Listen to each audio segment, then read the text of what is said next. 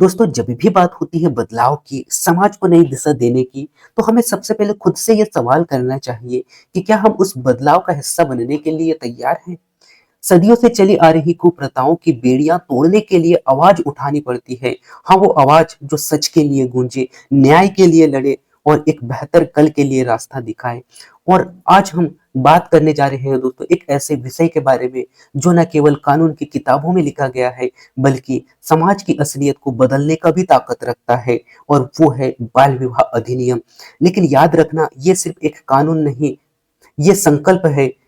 एक संकल्प उस बचपन को बचाने का जो सपने देखने का हक रखता है, और वो सपने जो सब आज की बेटियां और बेटों की आंखों में पलते हैं। तो चलिए आज इस वीडियो में समझेंगे कि बाल विवाह अधिनियम क्या है, क्यों इसकी जरूरत पड़ी, और कैसे इस कानून ने समाज में जागरूकता और बदलाव की लहर पैदा की। और हाँ, याद रखना दोस्तों, बदलाव की शुरुआत कहीं और नहीं, हमारे भीतर से होती है। तो क्या आप तैयार हैं? चलिए शुरू करते हैं और समझते हैं बाल विवाह अधिनियम को।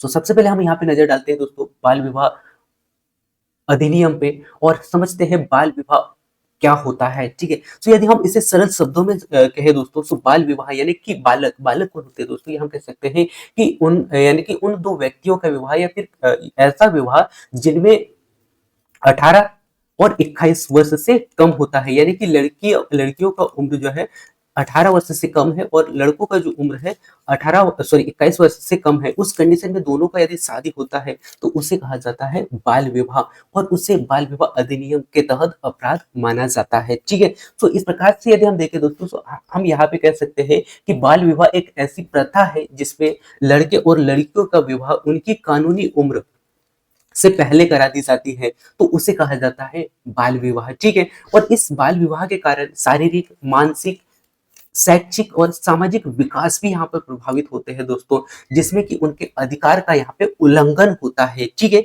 और इन सब को रोकने के लिए ही भारत सरकार ने यहाँ पे बाल विवाह अधिनियम लाया दोस्तों, और इसके तहत अब यहाँ पे 18 वर्ष से कम यानी कि लड़कियों के लिए 18 वर्ष से कम उम्र में लड़कियों का यदि विवाह किया जाता है तो उसे बाल विवाह अधिनियम के अंतर्गत रखा जाता है। और यदि हम लड़कों की बात करें दोस्तों, तो लड़कों का भी उम्र यदि 21 से कम है तो उसे बाल विवाह के अंतर्गत देखा जाता है। और इसको रोकने के लिए सरकार ने अलग अलग अधिनियम लाए दोस्तों, और उन्हीं अधिनियमों का हम यहाँ पे चर्चा करेंगे। सो आप इस क्लास को अच्छा से देखिएगा, और ये क्लास खासकर महिला पर्यवेक्षक के लिए बनाया गया दोस्तों, और इस क्लास में मैं बहुत ही अच्छे से और बहुत ही फिल्टर करके आपके बीच में शब्दों को रखूंगा, जो कि आपके एग्जाम में डायरेक्ट ही पॉइंट से क्वेश्चन बन के पूछा जाएगा। सो सबसे पहले हम बाल विवाह के इतिहास पे नजर डालते हैं दोस्तों। सो आप सभी को पता है दोस्तों, प्राचीन काल में जो है ऐसा जो है कहीं कोई अधिनियम हमें देखने को नहीं मिला था। और यदि खासकर हम वैदिक काल की बात करें दोस्तों, तो वैदिक काल में भी जो है विवाह के उम्र का कोई सख्त नियम यहाँ पे हमें देखने को नहीं मिला था, और विवाह मुख्यतः धार्मिक और सामाजिक कर्तव्य के आधार पर कहीं ना कहीं देखा जाता है दोस्तों। और इसमें क्या होता है दोस्तों, व्यक्तिगत भेदभाव और धार्मिक परंपराओं के चलते यह बाल विवाह शुरू हुआ। ठीक है, और यदि हम बात करें दोस्तों मध्यकालीन भारत की, तो मध्यकालीन भारत में भी ऐसा कुछ जो है अधिनियम की अगर हम बात करें दोस्तों, तो ऐसा कुछ हमें देखने को मिला था। यही हम देखें दोस्तों, विदेशियों के आगमनों की, खासकर जो मुस्लिम आगमन थे दोस्तों, इनके कारण क्या हुआ दोस्तों, सुरक्षा की दृष्टि से बाल विवाह यहाँ पे प्रचलित हुआ था, जिसमें कि पर्दा प्रथा हो गया या फिर लड़कियों की सुरक्षा को लेकर समाज में एक डर फैल गया, और सामाजिक और धार्मिक रूढ़ियों ने भी यानी कि इस प्रथा को बढ़ावा दिया, जिसके कारण कहीं ना कहीं बाल विवाह बहुत अधिक होने लग गया था। ठीक है, तो ये कुछ महत्वपूर्ण कारण है जो कि कहीं ना कहीं आपको याद रखना है, और इन सभी पॉइंटों को आपको कनेक्ट करते हुए पढ़ना है। इसके बाद में यदि हम देखें दोस्तों आधुनिक भारत की या फिर औपचार यानी कि औपनिवेशिक काल की, जो कि आप सभी को पता है दोस्तों कि भारत एक ऐसा देश है जिसमें कि ब्रिटिश शासन ने बहुत दिनों तक जो है भारत में शासन किया, और उस समय भी जो है यहाँ पे ये अधिनियम जो है कहीं ना कहीं हमें देखने को मिलता है। और वो देखने को मिलता है दोस्तों ब्रिटिश शासन काल के दौरान, जो बाल विवाह एक प्रमुख समस्या बन गई धीरे धीरे। और इसमें दोस्तों सन 1900 जो है 29 में शारदा एक्ट अधिनियम यहाँ पे लाया जाता है दोस्तों, जो कि हरबिलास हरबिलास सारदा के प्रयासों से ये कानून यहाँ पे तैयार किया जाता है। अब यहाँ पे आपसे क्वेश्चन किस प्रकार से पूछा जा सकता है दोस्तों, वो हम यहाँ पे देखते हैं। आपसे ये पूछा जा सकता है कि बाल विवाह अधिनियम के तहत पहला एक्ट कब लाया गया था।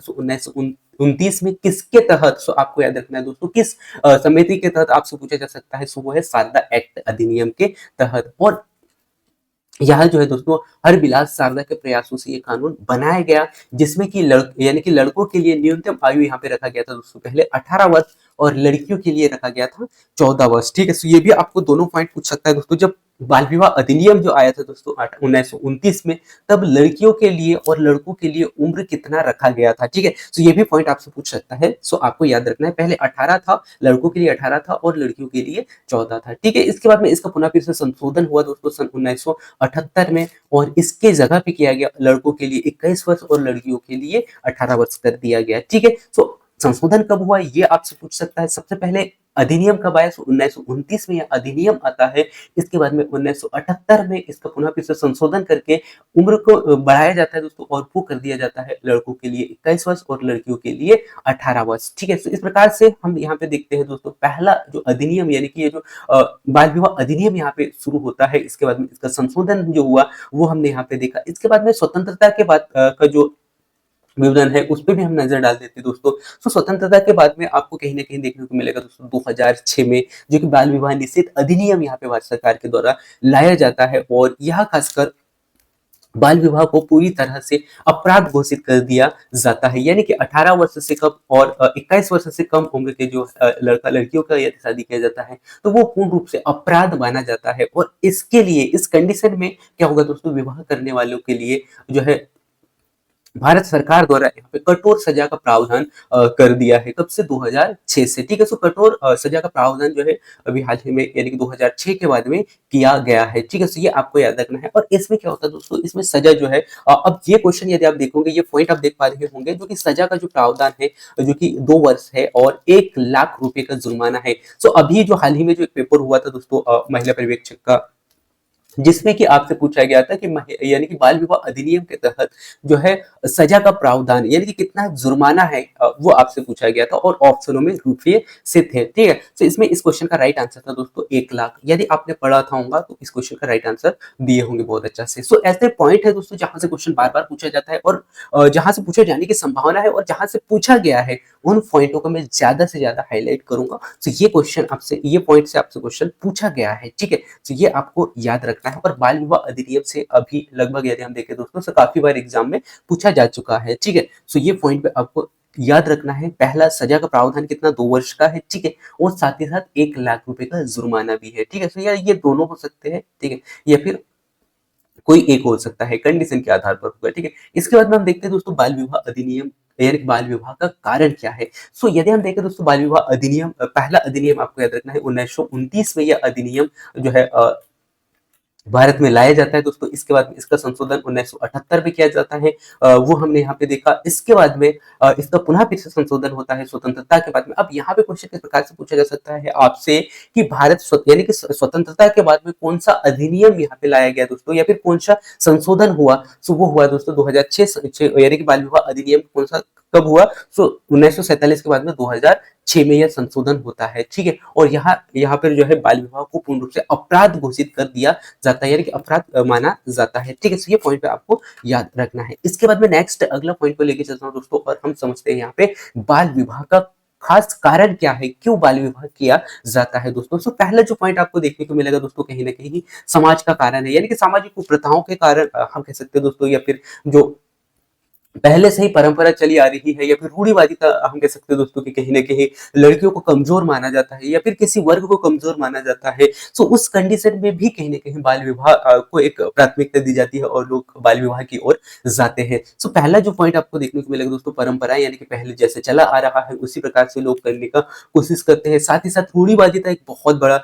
यहाँ पे हम कह सकते हैं पॉइंट लोगों को देखने को मिलता है, जो कि भेदभाव को देखते हुए जो है लोग बाल विवाह की ओर अग्रसर होते हैं। ठीक है, तो ये आपको यहाँ पे ध्यान देना है। इसके बाद में नेक्स्ट अगला आपको देखने को मिलेगा दोस्तों लैंगिक भेदभावता, यानी कि लड़का और लड़कियों में बहुत बार क्या होता है दोस्तों के बहुत परिवर्तन होता है। कहीं ना कहीं लड़कियों को माना जाता है कि ये घर में बोझ है, या फिर इस प्रकार के बहुत सारे जो लोगों के मत अलग अलग होते हैं, जो अशिक्षित होते हैं, कहीं ना कहीं उनको सही जानकारी नहीं होता है। सो ऐसी कुप्रथाओं के कारण या फिर लैंगिक असमानताओं के कारण भी कहीं ना कहीं लोग जो है बाल विवाह की ओर और जो है अग्रसर होते हैं। ठीक है, इसके बाद में नेक्स्ट अगला है अशिक्षित अशिक्षा का। कहीं ना कहीं ये भी एक बहुत बड़ा पॉइंट हम कह सकते हैं दोस्तों, जो कि बाल विवाह की ओर लोग अग्रसर होते हैं, जो कि अशिक्षा की कमी के कारण होता है ये। ठीक है, तो ये कुछ महत्वपूर्ण पॉइंट है। सो 3 पॉइंट याद रखना। पहला जो है परंपरा और रूढ़िवादिता, इसके बाद में लैंगिक असमानता और अशिक्षा का एक कारण हमें दिखाई देता है। इसके बाद में कहीं ना कहीं यदि हम देखें दोस्तों आर्थिक आधार पर, सो आर्थिक कारण भी हमें यहाँ पे देखने को मिलता है। पहला जो है गरीबी का। सो कहीं ना कहीं कुछ लोग मानते हैं कि परिवार की आर्थिक स्थिति कमजोर होने के कारण जो है लोग जल्दी शादी कर देते हैं। ठीक है, इसके बाद में कहीं ना कहीं सेकंड जो प्रथा हमें देखने को मिलती है दोस्तों, और ये है दहेज प्रथा। सो कहीं ना कहीं माना जाता है दोस्तों कि कम उम्र में यदि विवाह होता है तो कहीं ना कहीं दहेज की कमी यहाँ पे होती है, यानी कि दहेज की मांग कम होती है, ये ऐसा यहाँ पे माना जाता है। ठीक है, सो इस प्रकार से हमें 2 पॉइंट आर्थिक आधार पर देखने को मिलते हैं दोस्तों। इसके बाद में नेक्स्ट आप यहाँ पे देख पा रहे होंगे दोस्तों सुरक्षा का कारण। ठीक है, सो सुरक्षा का कारण में आपको देखने को मिलेगा दोस्तों महिलाओं की सुरक्षा। सो कहीं ना कहीं परिवार को जो है डर रहता है कि लड़कियों की सुरक्षा खतरे में है, इसीलिए भी लोग कहीं ना कहीं बाल विवाह की ओर अग्रसर होते हैं और बहुत जल्दी शादी कर देते हैं दोस्तों। ठीक है, सो ये भी एक सुरक्षा का कारण हम कह सकते हैं दोस्तों, जो कि हमें यहाँ पे देखने को मिलता है दोस्तों। ठीक है, इसके बाद में हम चलते हैं दोस्तों नेक्स्ट अगला पॉइंट की ओर, और आपको यहाँ पे देखने को मिलेगा दोस्तों स्वस्थ और प्रभाव का। ठीक है, यानी कि बाल विवाह के प्रभाव पे हम नजर डाल लेते हैं दोस्तों। सो बाल विवाह के प्रभाव पे यदि हम देखें दोस्तों, सो आपको यहाँ पे देखने को मिलेगा स्वस्थ पर प्रभाव। पहला जो यहाँ पे प्रभाव पड़ता है दोस्तों, वो पड़ता है स्वस्थ पर, है ना। सो स्वस्थ पर आपको यहाँ पे देखने को मिलेगा दोस्तों। इसके बाद में नेक्स्ट स्वस्थ पर यदि हम देखें दोस्तों, सो कहीं ना कहीं यदि बाल विवाह होता है दोस्तों, सो गर्भावस्था संबंधित जटिल समस्याएं हमें यहाँ पे देखने को मिलती है, जिसमें कि मृत्यु दर में कहीं ना कहीं वृद्धि होता है, और खासकर मृत्यु दर में कहीं ना कहीं बहुत ही ज्यादा बढ़ोतरी हमें देखने को मिलती है। साथ ही साथ सेकंड और बहुत ही वेरी वेरी इंपॉर्टेंट जो पॉइंट है हमें यहाँ पे देखने को मिलता है दोस्तों, वो देखने को मिलता है कुपोषण का कारण और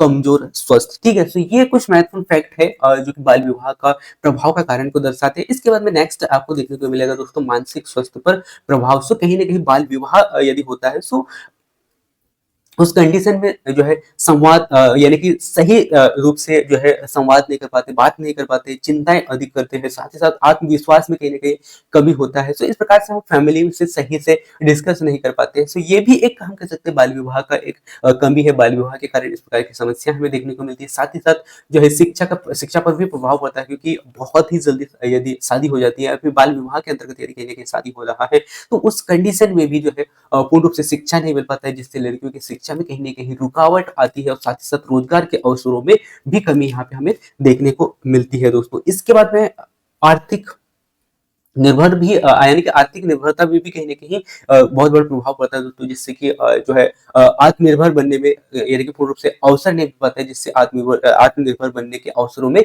यहाँ पे कमी हमें यहाँ पे देखने को मिलती है दोस्तों। ठीक है, तो इस प्रकार के कुछ महत्वपूर्ण फैक्ट है जो कि कहीं ना कहीं बाल विवाह के बहुत बड़े प्रभाव हमें देखने को मिलते हैं, और इसका खामियाजा कहीं ना कहीं जो है लड़का या लड़की दोनों को भुगतना पड़ता है। ठीक है, इसके बाद में हम देखते हैं दोस्तों सामाजिक प्रभाव क्या पड़ते हैं। सामाजिक प्रभाव के अंतर्गत पहला आपको देखने को मिलेगा दोस्तों आर्थिक रुकावटें। ठीक है, यानी कि आर्थिक विकास में रुकावटें कहीं ना कहीं इस विवाह के अंतर्गत हमें देखने को मिलता है, जिसमें कि समाज को जो है यानी कि समाज के विकास की गति कैसे हो जाती है, धीमी हो जाती है, और जो है हम अच्छा कार्य नहीं कर पाते हैं। साथ ही साथ अपराध और हिंसा में भी कहीं ना कहीं हमें देखने को मिलता है, जिसमें कि घरेलू हिंसा हो गया, या फिर बाल शोषण, या फिर तस्करी जैसे मामले कहीं ना कहीं इसके कारण हमें देखने को मिलते हैं दोस्तों। इसके बाद में नेक्स्ट हम यहाँ पे देखते हैं दोस्तों बाल विवाह अधिनियम को रोकने के लिए क्या उपाय है।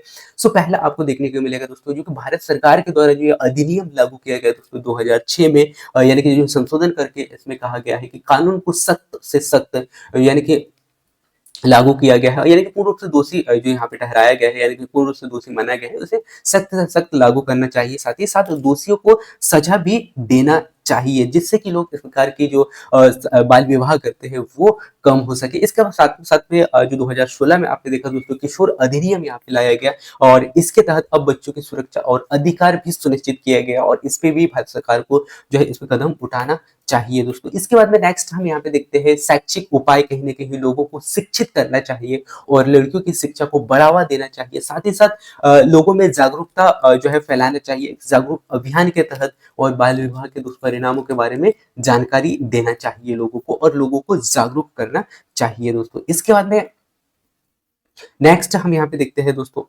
सामाजिक सुधार की ओर। तो सामाजिक सुधार की ओर यदि हम दृष्टि डालें दोस्तों, तो समाज में जागरूक करना चाहिए, लोगों को जागरूक करना चाहिए, जिसमें कि धार्मिक और सामाजिक नेता यानी कि नेताओं का सहयोग कहीं न कहीं यहाँ पे बहुत महत्वपूर्ण रोल निभाएँगे। साथ ही साथ स्वयंसेवी संगठनों का भी जो है योगदान यहाँ पे महत्वपूर्ण होता है, जिससे कि ग्रामीण हो गया, फिर आदिवासी क्षेत्रों में जो कार्य कर रहे हैं उनके माध्यम से लोगों को जागरूक किया जाता है। इसके बाद में हम देखते हैं दोस्तों, भारत सरकार द्वारा जो है इस प्रकार के जो बाल विवाह अधिनियम है उसको रोकने के लिए भारत सरकार ने कौन-कौन सी योजनाएँ हैं या फिर कौन-कौन सी पहल जो है भारत सरकार के द्वारा किया गया, वो हम यहाँ पे देखते हैं दोस्तों, ठीक है? सो यहाँ पे आप देख पा रहे होंगे, जो कि भारत सरकार के द्वारा पहला जो योजना यहाँ पे हमें देखने को मिला था दोस्तों, वो देखने को मिला था बेटी बचाओ बेटी पढ़ाओ, जो कि यहाँ खासकर यानी कि बालिकाओं की शिक्षा और उनके अधिकारों को बढ़ावा देने के लिए स्टार्ट किया गया था दोस्तों, ठीक है? सो ये आपको याद रखना है। इसके बाद में सेकंड आया दोस्तों संबल योजना, जो कि किशोरियों के पोषण और शिक्षा को ध्यान में रखते हुए और उसमें सुधार करने के लिए यहाँ पे भारत सरकार के द्वारा संबल योजना की शुरुआत होती है दोस्तों। इसके बाद में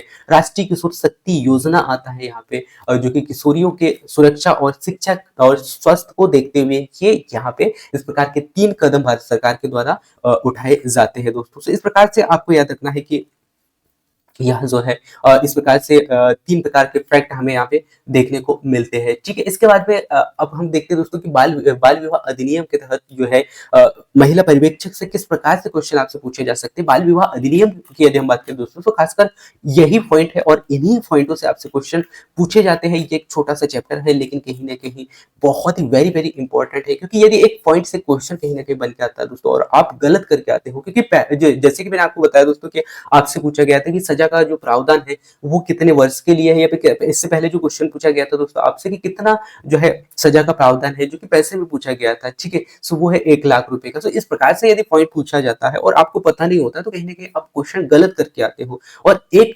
क्वेश्चन 1 नंबर जो है दोस्तों कहीं ना कहीं हमें बहुत पीछे धकेल देता है। सो हमें एक-एक पॉइंट को समझना बहुत ही ज़रूरी होता है, इसीलिए ये क्लास आप सभी के लिए बहुत ही महत्वपूर्ण है। अब हम नज़र डालते हैं महिला पर्यवेक्षक में किस प्रकार से क्वेश्चन यहाँ से पूछा जा सकता है इस टॉपिक से। सो पहला तो आपको पूछेगा कि बाल विवाह के कारण या फिर प्रभाव से पूछ सकता है, या फिर रोकथाम के उपाय विस्तारपूर्वक से वर्णन कर सकते हैं। वर्णन के लिए जो है इस प्रकार से लेखक यानी कि आपको तो ऑब्जेक्टिव लिखना है, हैं? सो ऑब्जेक्टिव में आपको 4 ऑप्शन देखने को मिलेंगे, ठीक है? फिर भी क्वेश्चन आपको इस रूप में आपको देखने को मिलेगा, जिसमें कि बाल विवाह निषेध अधिनियम से पूछा जा सकता है, या फिर 2006 में जो प्रावधान यहाँ पे भारत सरकार के द्वारा किया गया जो है संशोधन करके उनकी सीमाओं या फिर आलोचनाओं का कहीं न कहीं जिक्र जो है हो सकता है, या फिर इनके माध्यम से जो है क्वेश्चन पूछा जा सकता है, ठीक है? इसके बाद में इसके इसी टॉपिक से मैं टॉप 50 क्वेश्चन आपके लिए लेके आऊँगा, सो जिससे कि आप जो है बाल विवाह के जितने भी क्वेश्चन होंगे दोस्तों, उन सभी क्वेश्चनों को आप देख पाओगे। सो वो क्लास आप ज़रूर देख लीजिएगा। इसी के बाद में मैं बहुत ही जल्द अपलोड कर दूँगा। सो ये क्लास कैसा लगा दोस्तों, ये आप ज़रूर बताइएगा, और ऐसे ही क्लासेस में बहुत सारे क्लासेस आप लोगों तक पहुँचाने का प्रयास कर रहा हूँ, जो कि आपको आपके एग्ज़ाम में बहुत हेल्प करेंगे। So thank you, thanks for watching दोस्तों, मिलते हैं नेक्स्ट अगले ऐसे ही ज़बरदस्त क्लास में। तब तक जय हिंद।